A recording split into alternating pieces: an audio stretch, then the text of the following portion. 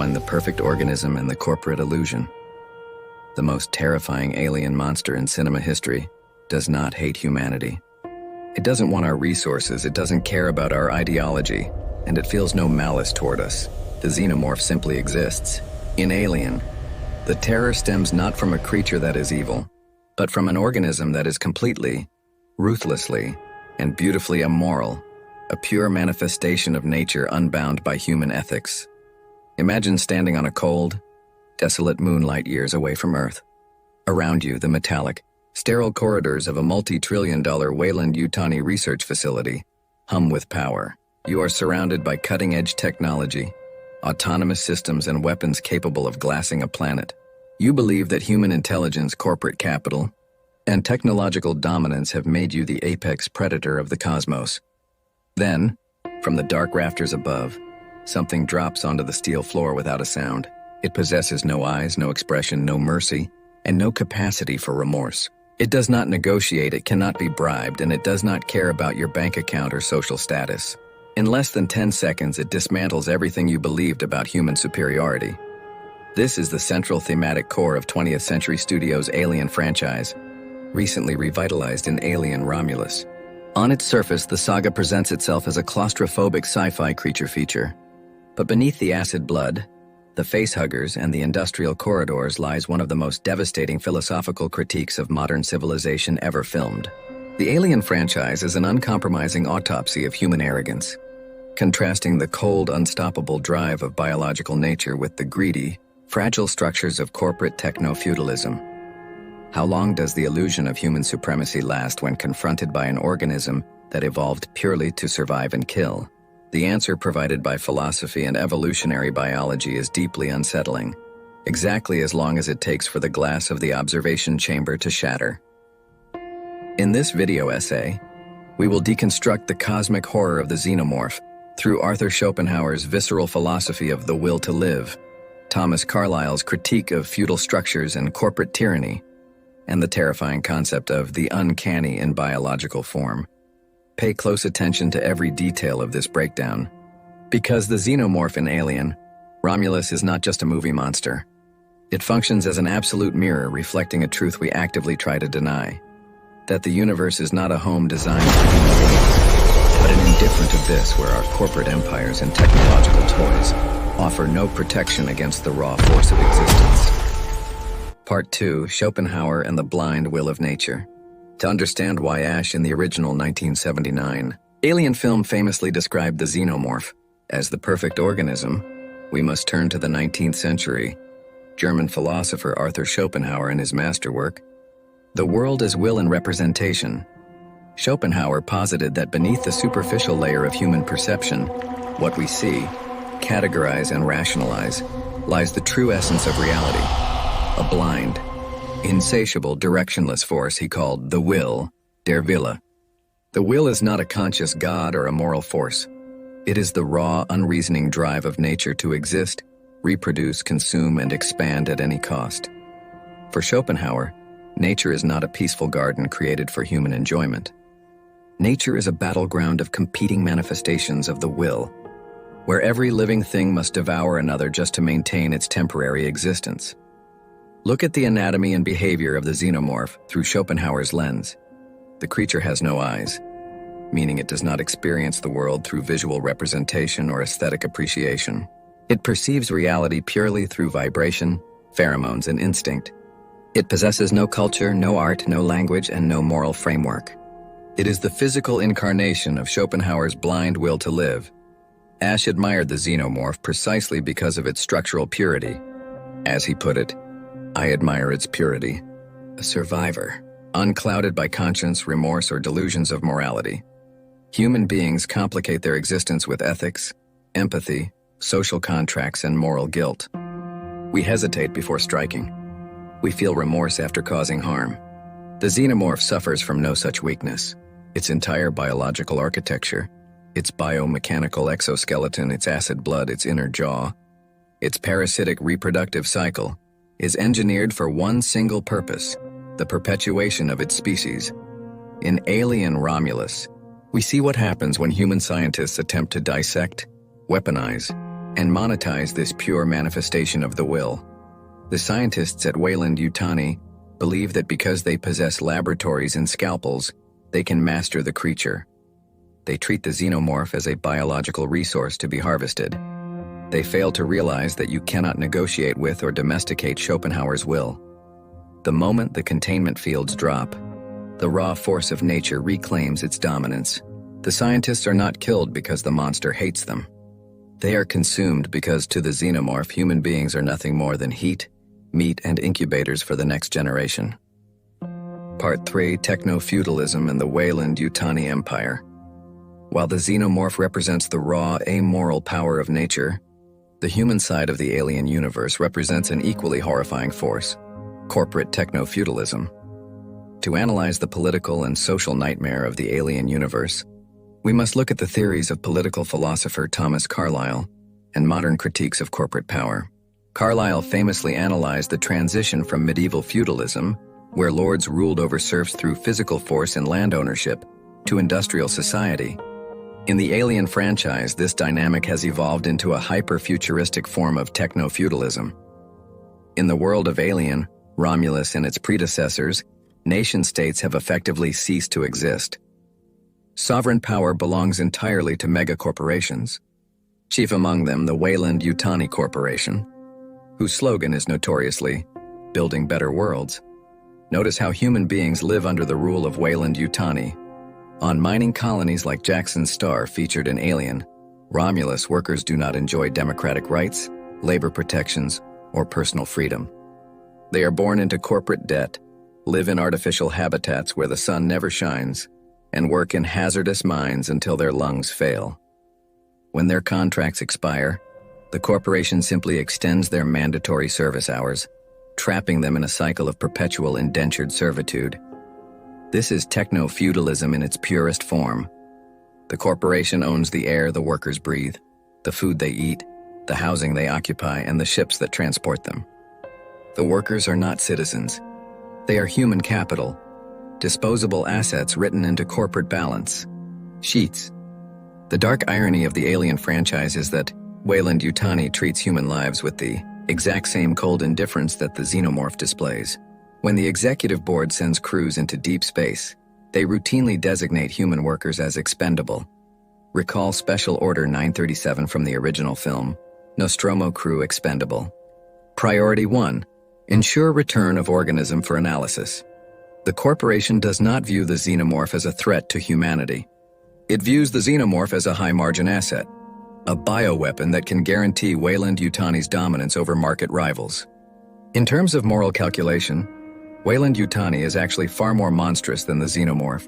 The xenomorph kills out of biological necessity to survive and reproduce. Weyland-Yutani sacrifices thousands of human lives out of corporate greed, market share optimization, and quarterly profit projections. Part 4: The Creator Complex and Hubris. Why is Weyland-Yutani so obsessed with capturing and harvesting the xenomorph, even after decades of catastrophic laboratory breaches? The answer lies in the human creator complex, a psychological and philosophical drive analyzed by thinkers from Friedrich Nietzsche to Martin Heidegger. In Prometheus and Alien: Covenant, director Ridley Scott explicitly laid out the philosophical lineage of the franchise. It begins with Peter Weyland, the founder of the corporation, who delivers a speech declaring that with the creation of artificial intelligence, androids like David and Walter, humanity has become divine. Weyland's obsession with discovering the engineers, the ancient alien race that seeded life on Earth, stems from a refusal to accept human mortality. He wants to meet his creators not to worship them, but to demand eternal life. When David, the synthetic android, asks Weyland why humans created him, Weyland replies, "Because we could." David chillingly responds, "Can you imagine how disappointing it would be for you to hear the same thing from your creator?" This is the cycle of hubris, the blind arrogance that leads mortal beings to play God.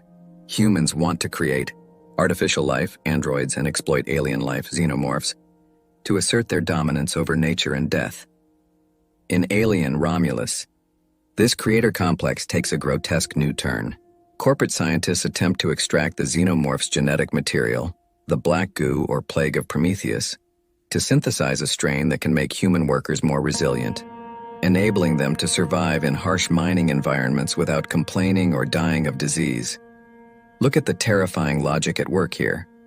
Rather than improving working conditions, cleaning the air on mining colonies, or reducing labor hours, the corporate elite prefers to genetically alter human biology, to turn workers into hardy, submissive beasts of burden. They attempt to weaponize the alien survival biology to perfect their own workforce, but nature refuses to be tamed.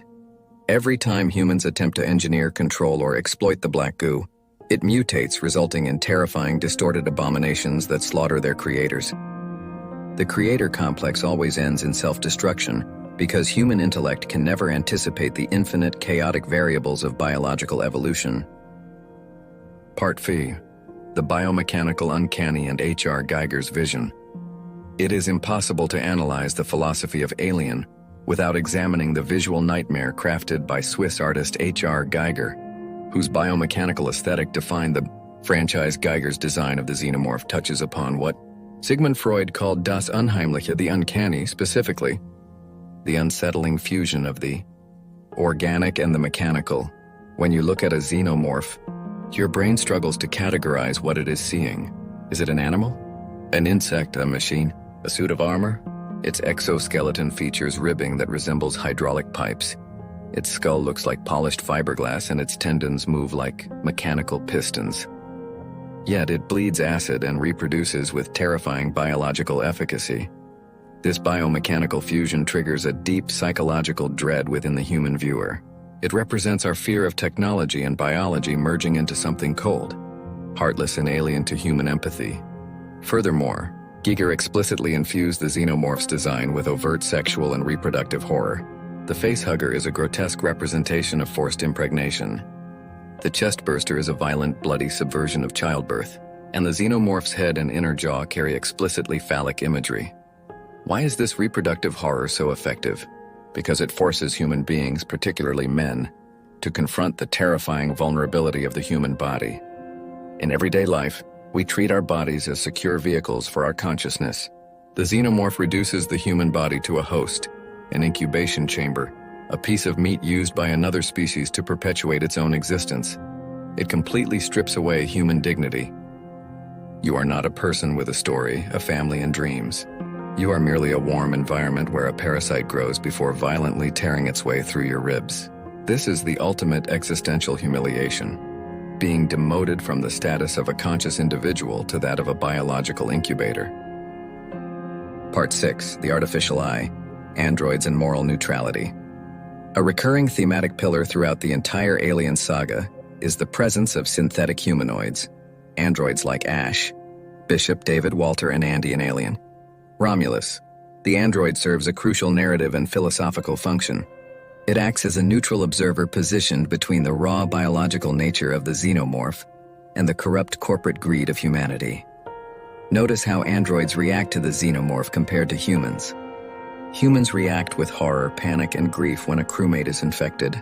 Androids, lacking human emotional conditioning and self-preservation instincts, view the creature with scientific fascination. In Alien Romulus, the relationship between Rain and her adopted synthetic brother, Andy, forms the emotional core of the film. Andy is an older model corporate android whose core directive is simple: do what is best for Rain. However, during the crisis aboard the abandoned Weyland-Yutani station, Andy's operating chip is swapped with a corporate module recovered from the station's destroyed science officer. Instantly, Andy's directive shifts from do what is best for Rain to do what is best for the corporation. This shift illustrates the terrifying coldness of artificial logic. When operating under corporate directive, Andy becomes just as dangerous as the xenomorph. He calculates survival probabilities without emotion, willingly locking human crew members in rooms with facehuggers if it guarantees the retrieval of the research data. This creates a chilling philosophical parallel. The xenomorph is driven by biological instinct, the will. The android is driven by algorithmic directive, corporate logic. The human is caught in the middle, trapped by emotional vulnerability, physical frailty, and ethical hesitation. In the Alien universe, both the biological monster and the artificial machine operate without moral guilt. Humanity is the fragile exception, a species whose capacity for empathy makes it weak in the eyes of both the creature and the corporation. Part 7. The climax of Romulus and the hybrid abomination. As Alien, Romulus reaches its third act. The film delivers a sequence that encapsulates the ultimate philosophical horror of the entire franchise. A pregnant survivor, desperate to save her unborn child and escape the dying station, injects herself with the synthesized corporate serum derived from the Xenomorph's black goo, believing it will heal her fatal injuries. What follows is a terrifying manifestation of biological hubris. Instead of healing her, the serum mutates her pregnancy at an accelerated rate, leading to the birth of the offspring, a horrific, towering hybrid of human engineer and xenomorph DNA. The offspring is the nightmare culmination of human intervention in nature. It possesses a pale, elongated human face attached to a towering, biomechanical body with acid blood and a predatory jaw. It smiles at its mother with a haunting, uncanny resemblance before violently draining her life force. This hybrid abomination represents the absolute failure of the human attempt to merge corporate technology with natural evolution. When humanity tries to shortcut evolution using corporate shortcuts, we do not create a better human, we create an abomination that destroys its creators. The climax aboard the falling shuttle is a nerve-wracking battle for pure survival. Rain, stripping away all corporate illusions and relying purely on her human ingenuity and resilience, must eject the hybrid into the freezing vacuum of space before the ship crashes. Into the planetary rings, the sequence proves that human survival cannot be achieved through corporate technology or genetic modification. It can only be achieved through raw adaptability, courage, and the refusal to surrender to the void. Part 8. The aftermath and the lesson of the void. When the smoke clears and the hybrid is cast out into the freezing void of space, Rain places herself into cryo-sleep for the long journey toward a new colony system. The ship drifts through the silent, indifferent expanse of space. The ending of Alien. Romulus, like the ending of the original 1979 film, offers no grand victory. Humanity has not defeated the xenomorph species. We have merely survived a single encounter. Weyland-Yutani still exists back in the solar system, waiting to send another ship, another crew, and another group of desperate workers into the dark to retrieve the black goo. This is the haunting realization that lingers long after the film ends. The true horror of the alien universe is not that monsters exist in deep space. The true horror is that we live in a culture that will continuously risk our annihilation for corporate profit, driven by executives who believe that capital can tame the laws of nature. The xenomorph remains out there in the dark, waiting. It doesn't need to build ships, write stock reports, or engineer viral serums. It simply waits for human beings to arrive, driven by greed and hubris, to open the door. Arthur Schopenhauer wrote that life is a constant struggle for existence, with the certainty of ultimate defeat. The Alien franchise takes that pessimistic truth and projects it across the stars. It warns us that if we continue to treat human beings as disposable assets and nature as a mere commodity to be exploited, we will eventually encounter something in the dark that we cannot control, cannot negotiate with, and cannot survive. Conclusion and call to action. Alien. Romulus reminds us that in the cold expanse of space, no one can hear you scream, not because there is no air, but because the universe does not care about your pain. If a mega corporation like Weyland-Yutani offered you a ticket off a dying planet in exchange for a lifetime contract in deep space, would you take it? Would you trust corporate technology to protect you from the horrors of the unknown? If you found this deep dive into the philosophy, political theory, and cosmic horror of the Alien franchise insightful, please leave a like on this video and subscribe to the Philosophy of Pop Culture channel. We deconstruct the deepest philosophical themes, hidden meanings, and psychological realities behind the biggest releases in cinema and pop culture every single week. Drop a comment down below and share your thoughts. Do you view the xenomorph as a monster of pure evil, or as Schopenhauer's perfect organism, simply trying to survive in an indifferent universe? Thank you so much for watching, and we will see you in the next video essay.